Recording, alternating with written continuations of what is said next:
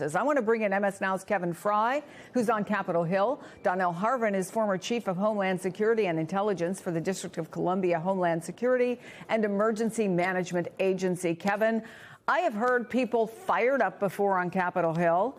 I certainly have heard them take members of the opposition party's administration to task. But for a Republican to go after someone in the way he just did, somebody who has, at least publicly, had the blessing of Donald Trump, is unlike probably almost anything we've ever seen. Give me your take on it.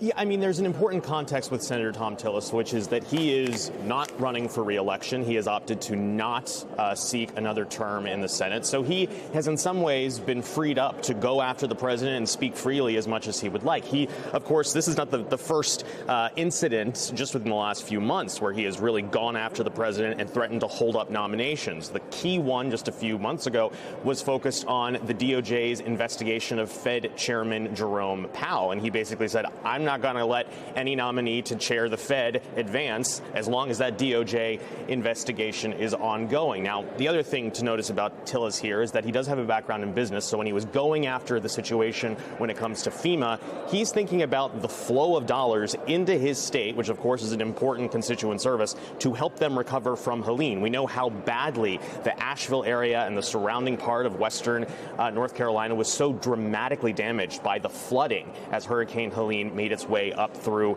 the United States.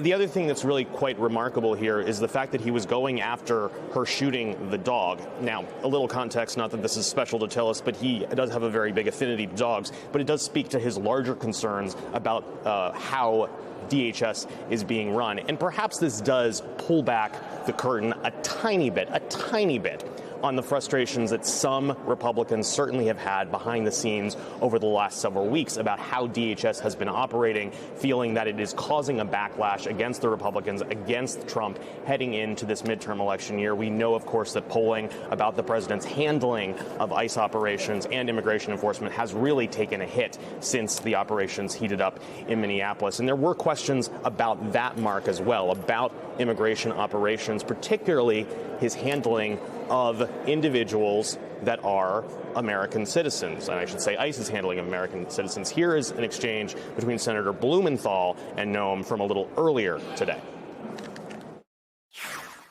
Have you met with any of the American citizens who have been detained or arrested by your agency? The individuals that may have been detained and arrested were individuals that could have been obstructing law enforcement operations you haven't met and with committing them, crimes correct? that way, and that we would have like been individuals until their identity was confirmed. These three individuals, Madam Secretary, were arrested by your agency. Wouldn't you agree with me that no U.S. citizen simply working lawfully should be arrested? In law enforcement operations across the country, there are times when U.S. citizens yes or no. may be arrested or detained until their identity is confirmed. So there, one example where we saw folks, as Blumenthal explains, who had been detained right there in the room with them. Another dramatic moment from this hearing. And one other final note I'll put on this, Chris, is that Tillis was not the only Republican to kind of raise questions about Noem's handling of this department. Senator John Kennedy of Louisiana, although not at all as heated an exchange as what we saw with Tillis, did pose questions to Noem about why she spent about $220 million on an ad campaign, basically saying, isn't that really just upping your own profile and perhaps for your own political ambitions when you should be doing other work to run the agency? Thank you so much for that, Kevin. So, Donnell, I think a lot of us, eyebrows got raised, and understanding exactly what Kevin says. This is not a guy who's running for re-election, but you bring up an infamous chapter of her book where she shot a puppy. And also, he suggested that a lot of the problems that ICE agents are facing, and there's no doubt the amount of doxing, the amount of threats against them are up. You do not protect them by not looking after the facts, he said. Have you ever seen anything quite like what we just witnessed? Yeah, I've been watching since the hearing started at 9 a.m. This was quite possibly a master class in how to dismantle a government official. Not even dismantle, I would say dissect. And I think he keyed into something that she'd been talking about all day. And just about every statement she was making, she was talking about the increase of threats and ICE officials that they're seeing, and the threats, doxing, physical violence. And he really put a different take on that. You know, a lot of people on the far left and just regular Americans see these as secret police or Gestapo. This word came up multiple times in the hearing. Well, you wouldn't have that image out there of them if they weren't wearing masks and people knew what they were doing and there was accountability. And I think that's what he was speaking to. So, Donnell, Secretary Noem was asked multiple times, from members of both parties, I should say, about her choice to call Alex Preddy and Renee Good domestic terrorists. But this is a particularly notable one, I think. How did you think that calling them domestic terrorists at that scene was somehow going to calm the situation?